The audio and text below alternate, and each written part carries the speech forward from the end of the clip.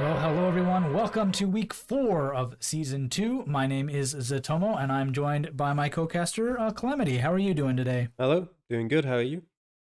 I'm doing well. I was gonna say I'm doing great, but then I realized we're doing Italy this week, and I might want to revise my answer. I'm doing okay after that one. Yeah, Italy, n- probably nobody's favorite except for those Italians who actually live in the country and they're very, very familiar with it.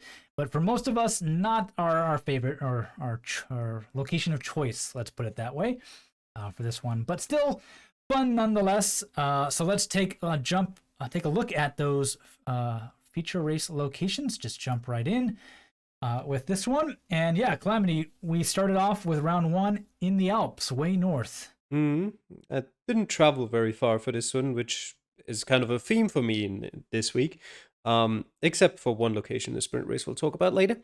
But map round one, I traveled a bit west and east. I don't quite remember where it was, but there was a sign towards Cortina, which is Mhm. probably the most famous skiing place in Italy. Um, Yeah.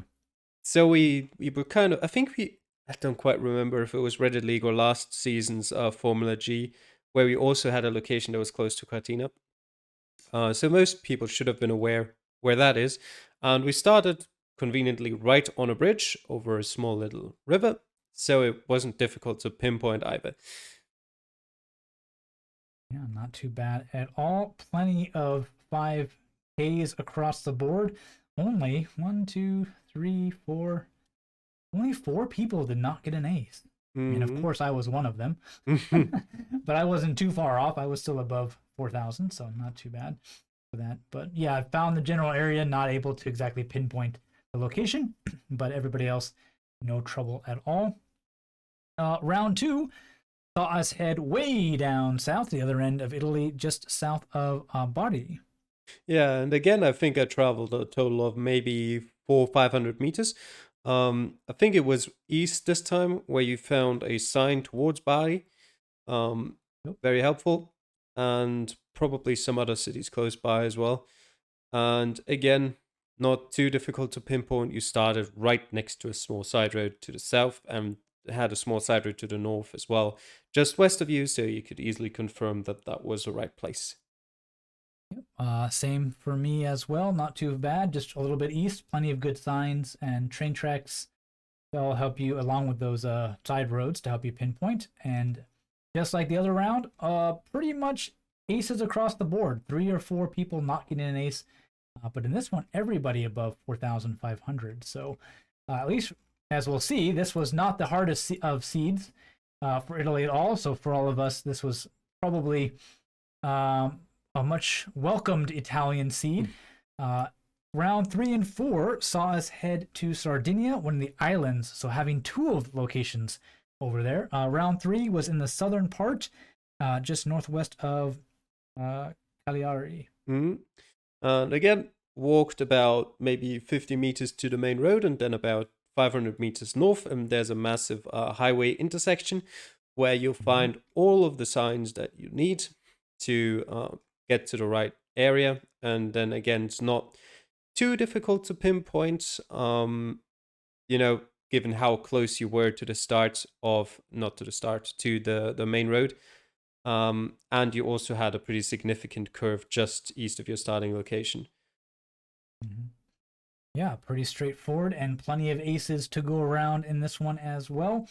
Round 4 was, for most people, not a problem, but it was probably the most difficult round for the people who weren't able to get a 5K. So there's plenty of aces, but for the people who weren't able to find it, it really did kind of kill a lot of hopes here. We were north in the island of Sardinia, in Costa Paradossa, Almost. and Costa Yeah, that. Yeah, Paradiso. There there we we go. go. I was trying to read too fast. My handwriting in Italian.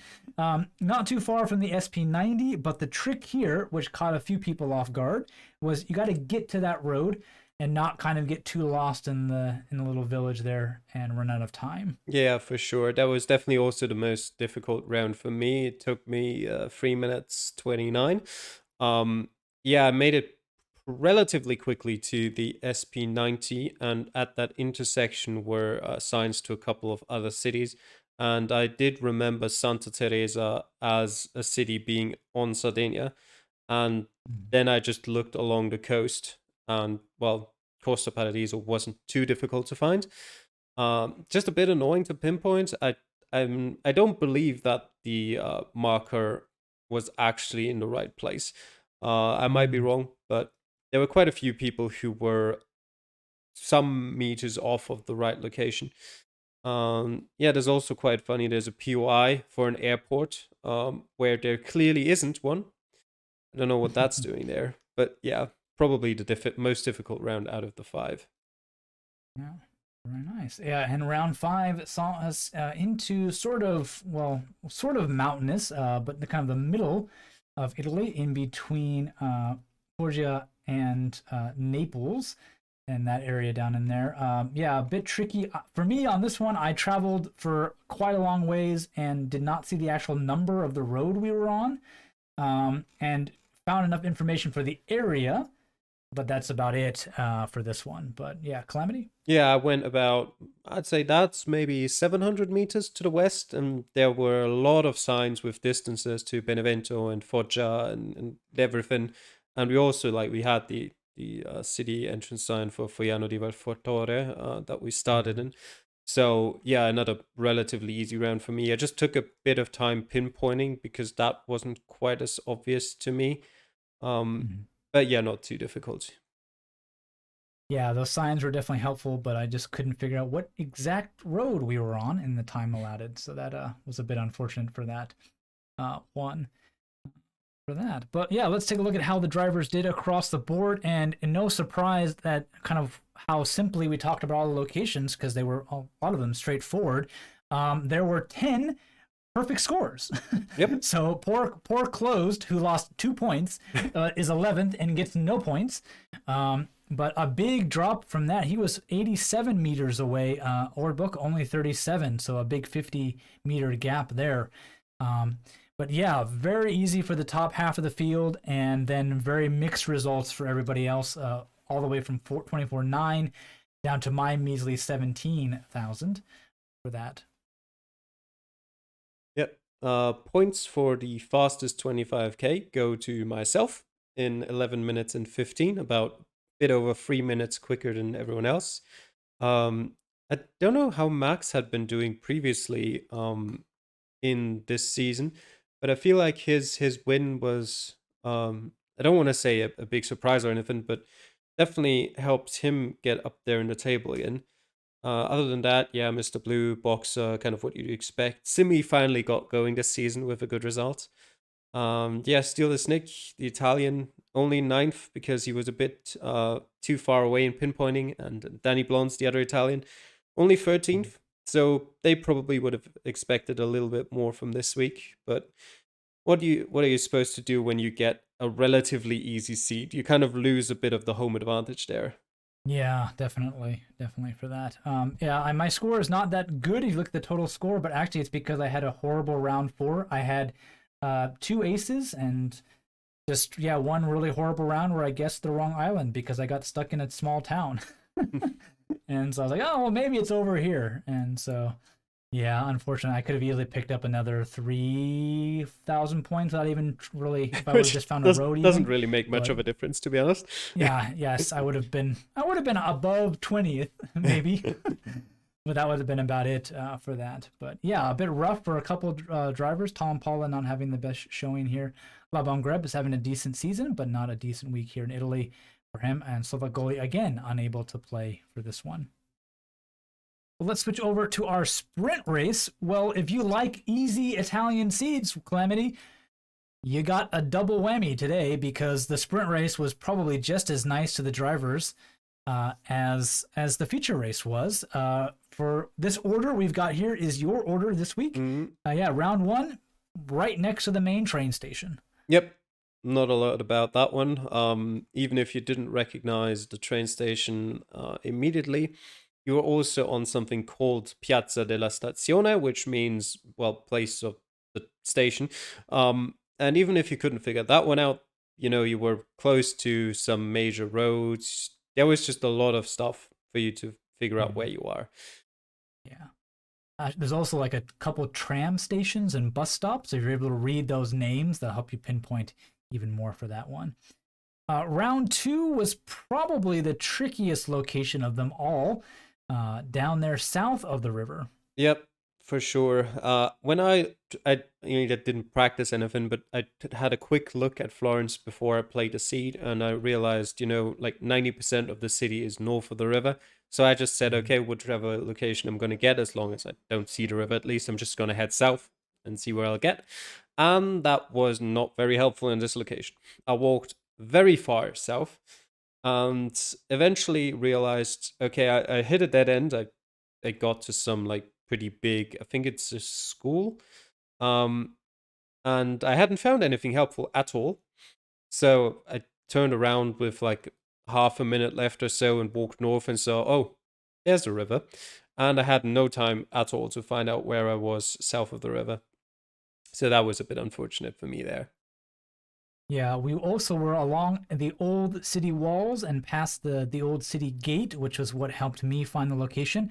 I was a block off of the actual location, mostly just running out of time looking for the right points of interest in that one. And that cost me my perfect game. So I did much better on the sprint race. Round 3 saw us head to the eastern part of the city, Calamity. Yeah, right next to the Piazza Cesare Beccaria. I don't think I traveled very far there either. You right along one of the main arteries of the city, on next to the SS67, and I don't quite remember what exactly I did. I think it was just finding the piazza and then just making sure it's the right one with the side roads. Yeah, pretty much you start off on this big roundabout with a mini Arc de Triomphe in the middle, and some pretty major roads around you, and just a matter of working your way backwards and figuring out exactly which circle oval you're on for that. Round 4 saw us just north of the river, and so just a quick little jaunt. We'll see you at the river and the bridge, with a good view of the famous bridge, the Ponte Vecchio, which has all the shops on it. It's a very famous picture from Florence. Yeah, probably the easiest round out of the lot of them, even easier than the main train station, considering you've got the bridge right there. Basically what you just do is you look at the road name, or the famous bridge. Apparently, I guess that would also be enough. But yeah, I just looked at the road name that goes alongside the river to the north of it, and just looked at the side roads. Yeah, I looked up the river when I hit the bridge, and I go, oh, okay, I know where that bridge is, and go one bridge down. So, and then I did look at the road names just to double check myself to make sure we were exactly where we were, and sure enough, no problems at all. And finally, round 5 saw us near what was probably the second most famous landmark in the city. If the train station isn't easy to find, this one certainly is easy to find, the main cathedral, Calamity. Yeah, I took a look at that one before I played the seed, and yeah, it stands out on the map, and well, therefore pretty easy to find. You just gotta look at where are you in relation to the cathedral, and then look at a couple of UIs to help you make sure that you're in the right road, and there you go. There we go. So yeah, no surprises. There were also a lot of 25Ks for this one, and a lot of people very, very close. As we take a look at those results, Wakelock getting it this time. The Netherlands pair of M the Basement and Mr. Blue taking the other 2 podium spots. This Nick the Italian also missing out on a decent placement with getting a perfect score, but that accuracy costing him a few points there. Orpheus Talimpala also doing well. Danny Blondes, the other Italian, just missing out on a 25K, but does get points in 10th. I'm coming in at 12th, a decent score, but one bad round cost me all of those positions. With that, towards the other end of Soul of Gold, of course, didn't play, or Boca, Alexander, and Emilcom and Carp towards the bottom there. Probably having, again, one bad round, it looks like, to me, around that 15,000 point mark there. I mean, you'll have to have 2 bad rounds to get down to the 15,000s, but Oh, that's right, yeah, because 20,000 is one. That's right. yeah. So. But Wakelock having a very interesting season so far. He's had 2 points finishes and both were on the podium. I guess if it works, go for it. Yeah, still the Snake fourth, Danny Blonde's 10th, so at least both Italians got some points here, although I'm sure Danny Blonde would have liked to take more than 1 point home from his home country. And yeah, a horrible week for Moist Flubber, who was in second place before this week and picked up no points whatsoever. So he'll hope to rebound from that going forward next week. Indeed, a bit of a shuffle. Time does play a little bit into this. Notice that some of the drivers have more time than others. That kind of can be why some of the good feature race drivers are a little bit further down in the sprint race. They have less time to work with. But given how easy these locations were, I don't think time was the major factor here. It might have just been familiarity or maybe going the wrong direction and then getting lost and then not being able to make up anything from there. So, okay, well, let's look at how these standings shape up after 4 weeks. As Calamity mentioned, Moist Flubber does lose his second place position to Mr. Blue, having picked up no points. Box is still up in the top position to finish at that top 3. Orpheus Max taking running out the top 5 there. Other than that, not a whole lot of movement. Middle of the pack still very, very close. Everybody kind of picking up a few points in there between one of the 2 races. Bottom of the pack still pretty much the same as always. Me, Slovagoli, and Shumi towards the bottom yet to pick up points, but Danny and Wickholm and Orbaka a little bit around that 20th place position there. So. Yeah, Wakelock making a bit jump, obviously, from I think it was 14th or so last week to 9th. I somehow managed to stay exactly 12th with my 10 points from this week. And yeah, just had Boxer already gaining a bit of a lead here, 33 points at this point. But behind that, still pretty close. Very, very close gaps. 24 points from 3rd to 4th. Again, another slightly larger gap. But everyone's still in it, for sure. Closed, definitely wanting to look at gaining some points pretty soon. I think probably that the defending his title, his chances for that are already pretty much gone, but he'll want to at least finish a bit higher for sure. Yeah, there's always the chance of picking up some points for his team, at least be able to get those points there. Let's take a look at the overall Constructor Challenge standings here. Nordhagen, of course, Chariot and Scantrum don't switch any positions. Kasservatsa, with that very nice finish by Mr. Blue, do jump up into 4th, moving FGT down. And Orient moves down a little bit, but Octane and Opava stay towards the bottom of the field there. Still pretty close for this one, but Nordhagen definitely looking to pull away here a bit, Calamity. Yeah, Nordhagen with a very strong week with both Max and Boxer finishing on the podium for the feature race and therefore gaining a whole 46 points this week, while Chariot, pretty unfortunate week, Moist Flopper picking up no points at all, and Barry Fishy Bear just 10 in the feature race. And Scanstrom as well with Tollenpal and Orpheus just picking up 22 points. So Nordhagen, great week for them to stretch their lead out a bit. And yeah, behind that, very, very close still here too. Some of the bottom 3 have also closed up the gap a bit to make sure they stay in it. Opava still struggling at the bottom with Ortboka on 12 points and Shumi still yet to pick up one. But yeah, still all to play for here for sure. Yeah. Well, we don't have an infinite amount of time. Next week is going to mark the midway point of the season, and we are going to be in where I hope I get my first points. If I don't, I will be very mad with myself. It is Japan. 50K, over 50,000 locations. It's a very famous map used many, many times. Average score, 17,445. Played over 6,000 times. And over 246 likes. Our sprint race is in Suzuka, which is a very interesting choice. Not in the sense of Formula G theme, because it is home to the Japanese GP. That's what I'm looking for. Grand Prix. Yeah, tongue twisted there for a second. But in terms of a city, it's not really the most well known. It's not the biggest. So it'll be a very interesting location for that sprint race. So Calamity, yeah, what are you looking forward to in Japan? Yeah, we're finally starting the weeks of maps that I actually like with Japan this week. And then we go to Czechia, Norway, South Africa, Finland, all maps that I'm looking forward to, at least definitely more so than the ones we've played so far. Yeah, I definitely think I've got a pretty decent chance in Japan, depending a lot, obviously, on the seed we get. I personally like one that is a bit more on the difficult side and maybe a bit more rural. I'm not too happy with urban Japan. Can be quite tough occasionally because, Japan doesn't exactly have the most signage in cities.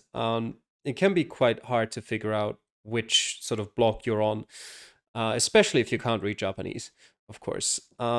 Suzuka is a bit of an interesting one. I took a quick look at the city earlier. It's not that big, although I'm not 100% sure about the city limits. But yeah, that will be an interesting one for sure. I also haven't had a look at the time limits we'll get, but I could definitely see sort of a difference from, or like a diversion from the usual, like lots of 25Ks that we've seen so far in the sprint races. Because, yeah, obviously that problem we have in Japan with being quite difficult to pinpoint stands out even more if you play a city map. And I've just taken a look at Suzuka, and yep, as you'd expect, there is no such thing as street names. Just doesn't exist.